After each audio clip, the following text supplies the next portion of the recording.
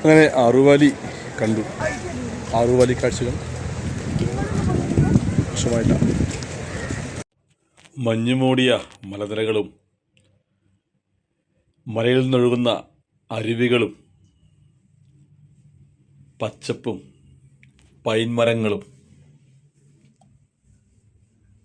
പ്രകൃതിയുടെ എല്ലാ നന്മകളും വേണ്ടതിലധികം എന്ന് തന്നെ പറയാവുന്ന വിധത്തിൽ സമഞ്ജസമായി സന്നിവേശിപ്പിച്ചിരിക്കുന്ന മനോഹര സ്ഥലം വല്ലാതെ അങ്ങ് നമ്മളെ ആകർഷിച്ചു എന്ന് പറയാം. കാഴ്ചകൾ കണ്ട് കേട്ട് അങ്ങ് പയ്യെ അങ്ങ് മടങ്ങുക. സാവകാശം മലയിറങ്ങുന്നു. ഇനി ഇവിടുന്ന് നമ്മൾ പറഞ്ഞതുപോലെ ഒരു 10-12 കിലോമീറ്റർ താഴേക്ക് ഇറങ്ങണം പെഹൽഗാമിലേക്ക്. വന്ന വഴികളിലൂടെയുള്ള മടക്കയാത്രയാണെങ്കിലും ഓരോ യാത്രയുടെയും ആംഗിളുകൾ ഡിഫറൻ്റ് ആകുന്നത് കൊണ്ട് വന്നതിനേക്കാൾ പുതുമയുള്ള കാഴ്ചകളാണ് അതേ വഴിയിൽ മടങ്ങിപ്പോകുമ്പോൾ നമ്മുടെ കണ്ണിൽപ്പെടുന്നത്. അരുവികൾ ഒഴുകുന്നു. അങ്ങോട്ട് നോക്കൂ, നല്ല മനോഹരമായ ഒരു അരുവി. അങ്ങ് മഞ്ഞ മലകളിൽ ഒഴുകി വരുന്ന ശുദ്ധമായ ജലം. അവിടെ ചെറുതായുള്ള ആ വെള്ളത്തിലൊന്ന് കാലൊക്കെ മുക്കി ഒന്ന് ഫ്രഷാകുന്ന കുടുംബങ്ങൾ. നീണ്ടു കിടക്കുന്ന വഴി. ഒരു സൈഡിൽ ലിഡർ നദി, മറു സൈഡിൽ നല്ല പച്ച പുൽമേടുകൾ. ദേവദാരു മരങ്ങളും പൈൻമരങ്ങളും ഒക്കെ കണ്ട് ദൂരെ മലമുകളിലെ മഞ്ഞിൻ്റെ മുകൾ മൂടിയും കണ്ട്, മുകൾ മൂടി മാത്രമല്ല മുകൾ മോടിയും കൂടെ പറയാം അല്ലേ, അങ്ങ് യാത്ര തുടരുകയാണ്. മഞ്ഞിൻ്റെ മേലാപ്പ് മാറിയിട്ട് അധിക കാലമായില്ല എന്നുകൊണ്ടാവാം വൃക്ഷങ്ങളിലൊക്കെ പച്ചപ്പ് വന്നു തുടങ്ങുന്നതേ ഉള്ളൂ. മഞ്ഞുകാലത്ത് ഇലകൾ കൊഴിച്ച് അവ മഞ്ഞിൻ്റെ കാലത്ത് തപസ് ചെയ്യുന്നവയല്ലേ. ആ തപസ്സിൻ്റെ ഉറക്കത്തിൽ നിന്നുണർന്ന് പച്ചപ്പ് അങ്ങ് വിരിച്ചു വരുന്നതേ ഉള്ളൂ പല വൃക്ഷങ്ങളിലും. ഒരുപക്ഷെ കുറച്ചുകൂടെ കാലം കഴിഞ്ഞാൽ, കുറച്ച് മാസങ്ങൾ കഴിഞ്ഞാൽ, ഒരു ഓഗസ്റ്റ് മാസമൊക്കെ ആകുമ്പം ഈ മരങ്ങളെല്ലാം നിറയെ ഇലകളാലും പൂക്കളാലും അതിമനോഹരമായി തീരും എന്നാണ് ഞാൻ കരുതുന്നത്. നിഴലും വെളിച്ചവും മാറി മാറി വീഴുന്ന വഴികളിലൂടെ താഴെ ലിഡർ നദിയുടെ കളകളാരവം കേട്ടുകൊണ്ട് ഞങ്ങളെങ്ങനെ മടങ്ങിപ്പോയിക്കൊണ്ടിരിക്കുക. ഇങ്ങോട്ട് വരുന്ന വഴിക്ക് പറഞ്ഞിരുന്നല്ലോ, നമ്മൾ റോഡിൻ്റെ ഒരു വശത്ത് ഒരരികിൽ മലമുകളിൽ, മഞ്ഞുമൂടിയ മലമുകളിൽ നിന്നും ഒരരുവി പുറപ്പെട്ട്, 1-2 അരുവികൾ പുറപ്പെട്ട് താഴെ ലിഡർ നദിയിലേക്ക് പതിക്കുന്ന മനോഹരമായ കാഴ്ച. അങ്ങോട്ട് പോയപ്പോൾ തന്നെ നമ്മൾ ഡ്രൈവറോട് പറഞ്ഞിരുന്നു, അവിടെ എത്തുമ്പോൾ നിർത്തണം, ഞങ്ങൾക്ക് അവിടെ നിന്ന് അതൊന്ന്, ആ പ്രകൃതിയെ, ആ ഭംഗിയെ ഒന്ന് ആവോളം ആസ്വദിക്കണമെന്ന്. ആ കാഴ്ച കാണുന്നതിന് വേണ്ടി ഞങ്ങളിങ്ങനെ കാത്തിരിക്കുകയാണ്. വാഹനം നിർത്തുന്നത് നോക്കി ഒന്ന് റോഡിൽ ഇറങ്ങി. ഇത് ഭയങ്കര രസമുള്ള സ്ഥലമല്ലേ, ഒന്ന് കണ്ടേക്കാമെന്ന് കരുതി ഇറങ്ങിയതാണ്. 2 ഫാൾസ് അഥവാ 2 വെള്ളച്ചാട്ടങ്ങളുടെ ദേശം എന്നാണ് ഈ പ്രദേശം അറിയപ്പെടുന്നത്. നോക്ക്, അങ്ങ് മലമുകളിൽ നിന്നും മഞ്ഞുരുകി 2 അരുവികൾ താഴെ നദിയിലേക്ക് ഒഴുകി വരുന്നു. ആർത്തലച്ചൊഴുകി വരുന്നു എന്ന് പറയാം അല്ലേ. അങ്ങ് നോക്കിയ പൈൻമരങ്ങൾക്ക് മുകളിൽ മഞ്ഞ് മൂടിയ മലനിരകൾ, അവിടെ നിന്നും മഞ്ഞുരുകി താഴെ അരുവിയിലേക്ക് പതിക്കുന്നു. ഇതാ ഇങ്ങേക്കരയിൽ, പുഴയുടെ ഇങ്ങേക്കരയിൽ നല്ലൊരു പുൽമേടാണ്. അവിടെ ചെമ്മരിയാടുകളും കോലാടുകളും കന്നുകാലികളും യഥേഷ്ടം മേയുന്നു. അവയെയും കണ്ട് യാത്ര തുടരുകയാണ്. ഇതിലെ ഇങ്ങനെ യാത്ര തുടരുമ്പോൾ ഓർമ്മ വരുന്നത് മാർക്ക് ട്വെയിൻ്റെ ആ വിശ്വപ്രസിദ്ധമായ നോവലില്ലേ, അഡ്വഞ്ചേഴ്സ് ഓഫ് ഹക്കിൾബറി ഫിൻ. മുഴുക്കുടിയനായ പിതാവിൽ നിന്ന് രക്ഷ നേടുന്നതിന് വേണ്ടി വീടുവിട്ടിറങ്ങിയ കൊച്ചുകുട്ടിയായ ഹക്കിൾബറി ഫിൻ യാത്രക്കിടയിൽ മിസിസിപ്പി നദിയിലെ ഒരു ചെറിയ തുരുത്തിൽ വെച്ച് ജിം എന്ന ആ അടിമ കുട്ടിയെ കണ്ടെത്തുന്നു. പിന്നീട് അവർ ഒരുമിച്ചായി യാത്ര ഒരു ചങ്ങാടത്തിൽ മിസിസിപ്പി നദിയിലൂടെ താഴെ ഇലിനോയ്സിലേക്ക്. കഥ പറയുന്നതിനിടയിൽ കണ്ണിൽ പതിയുന്നത് ഇതാ അലസഗമനം നടത്തുന്ന കുതിരകളാണ്. അവയെ മേയിച്ചുകൊണ്ട് ഇതാ പിന്നിൽ ഒരു കുതിരക്കാരൻ വരുന്നുണ്ട്. അവനായിരിക്കാം ഇവരുടെ ഉടമ. ഒരു ദിവസത്തെ കളക്ഷനൊക്കെ നേടി കുതിരപ്പുറത്ത് ടൂറിസ്റ്റുകളെ കൊണ്ടുനടന്ന് അത്യാവശ്യം വേണ്ടതൊക്കെ നേടിയിട്ടാവാം ഈ കുതിരകളെയും കൊണ്ട് അവൻ തിരിച്ച് മടങ്ങുന്നത്. അങ്ങനെ നമ്മൾ പെഹൽഗാമിന് അടുക്കുകയാണ്. ഇത് ക്ലബ് പാർക്കാണ്. ഈ ക്ലബ് പാർക്കിൽ ഒട്ടേറെ സിനിമകളുടെ ഷൂട്ടിങ്ങൊക്കെ നടന്നിട്ടുണ്ടെന്നാണ് അറിയുന്നത്. കഥ തുടരാം. താഴെ ഇലിനോയ്സിലെത്തിയാൽ അടിമയായ ജിമ്മിന് സ്വാതന്ത്ര്യം കിട്ടുന്ന വിശ്വാസത്തിലാണ് ഇവർ യാത്ര തുടരുന്നത്. അതിനിടയിൽ ഒട്ടേറെ സാഹസികമായ അനുഭവങ്ങളിലൂടെയാണ് അവർ കടന്നു പോകുന്നത്.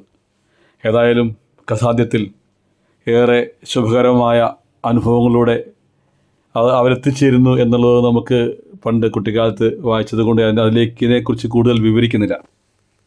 അങ്ങനെ മലയിറങ്ങി പെഹൽഗാമിൻ്റെ അങ്ങാടിയുടെ ചുറ്റുകാഴ്ചകളും പിന്നിട്ട് നമ്മൾ അടുത്ത ഡെസ്റ്റിനേഷനിലേക്കുള്ള യാത്രയിലാണ്. നമ്മളിപ്പോൾ പോകുന്ന സ്ഥലത്തിൻ്റെ പേര് ബേതാബ് വാലി എന്നാണ്.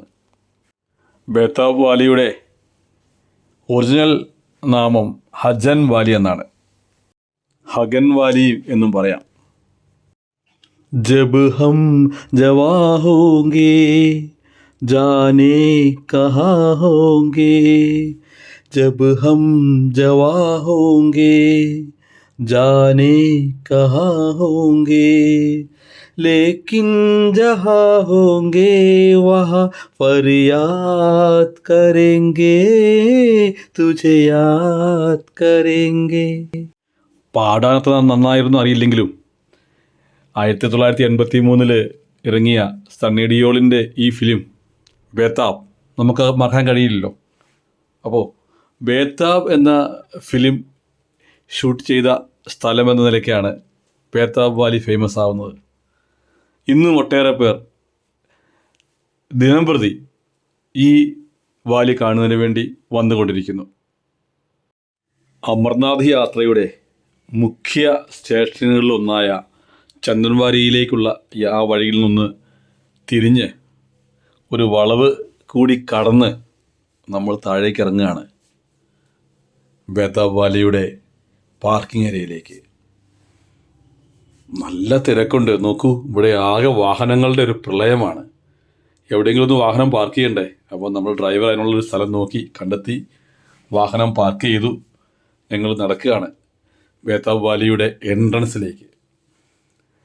ആ എൻട്രൻസും കടന്ന് ഉള്ളിലേക്ക് സാവകാശം നടക്കുമ്പോൾ മുന്നിൽ കാണുന്നത് 2 ജമുനാപ്യാരികളെയാണ്. ആ ജമുനാപ്യാരികളെക്കൊപ്പം നിന്ന് ഫോട്ടോ എടുക്കാൻ, സുന്ദരികളായ ജമുനാപ്യാരിക്കൊപ്പം ചിത്രങ്ങളെടുക്കാൻ തയ്യാറായിക്കൊണ്ടിരിക്കുന്നവർ. നോക്കിയേ നമ്മുടെ സുന്ദരിക്കുട്ടികളെ. അവരിങ്ങനെ ഒരു ബോളിവുഡ് അല്ലെങ്കിൽ ഹോളിവുഡ് നടികളെ പോലെ കന്നഡയൊക്കെ വെച്ച് ഫോട്ടോയ്ക്ക് തയ്യാറാവുന്നു. ഇവിടെ നമുക്ക് കാണാം, ഇവിടെയുമുണ്ട് നമ്മുടെ നടപ്പാതയ്ക്കരികിൽ ലിഡർ നദി. ഇവിടെ നദി വളരെ ശാന്തമായി അങ്ങ് അലസമായി ഒഴുകുകയാണ്. ശേഷനാഗിൽ നിന്ന് വരുന്ന വെള്ളമാണ്. അതെടുത്ത് കയ്യാലും കാലം തേച്ച് കഴിഞ്ഞാൽ എല്ലാ അസുഖങ്ങളും അതല്ലേ. എന്നാൽ ഇപ്പോൾ ഞങ്ങൾ കഞ്ഞി വിട്ടോളാം ആണെങ്കിൽ. ബേതാബ് വാലിയിൽ നടക്കുന്നതാ കുറേ ടീമെല്ലാം വരുന്നുണ്ട്. പ്രിയ സഹോ, ഫാദർ ഗ്രീഷ് പറഞ്ഞതുപോലെ ഈ ലിഡർ നദിയുടെ കിഴക്കേ കൈവഴി എന്ന് പറയാം ഉത്ഭവിക്കുന്നത് ശേഷനാഗ് തടാകത്തിൽ നിന്നാണ്. പുഴക്കരയിലൂടെ സാവകാശം നടന്ന് ഒരു പാലത്തിലേക്ക് കയറുക. പാലത്തിങ്ങനെ കയറി നിന്നപ്പോൾ ഓർമ്മ വന്നത് ആ പാട്ടാ. തുझे देखा तो ये जाना सनम. നോക്കൂ, അങ്ങ് ദൂരെ മഞ്ഞുമലകളിൽ നിന്നും മഞ്ഞുരുകി ലിഡർ നദി ഇങ്ങനെ ഒഴുകി അങ്ങ് പോവുക പെഹൽഗാമിലേക്ക്. പെഹൽഗാമിൽ വെച്ചാണ് ഈ നദിയും മറ്റൊരു കൈവഴിയും കൂടെ നമ്മൾ ആദ്യം കൂടെ അറുവലിൽ നിന്ന് വരുന്ന കൈവഴിയും കൂടെ ചേർന്നിട്ട് ചലം നദിയിലേക്ക് ഒഴുകുന്നത്. ബ്യൂട്ടിഫുൾ കേട്ടോ, പരദർശം അല്ലേ, എന്ത് രസമായി പാർക്കിലെ രസമുള്ള സ്ഥലം. പാർക്കിലെ മനോഹരമായ വില്ലോമരങ്ങൾ കണ്ടപ്പോൾ സുന്ദരികൾക്കൊരു ആഗ്രഹം, ഒരു റീൽസ് ചെയ്യണമെന്ന്. അവരതിനുള്ള തയ്യാറെടുപ്പിലാണ്.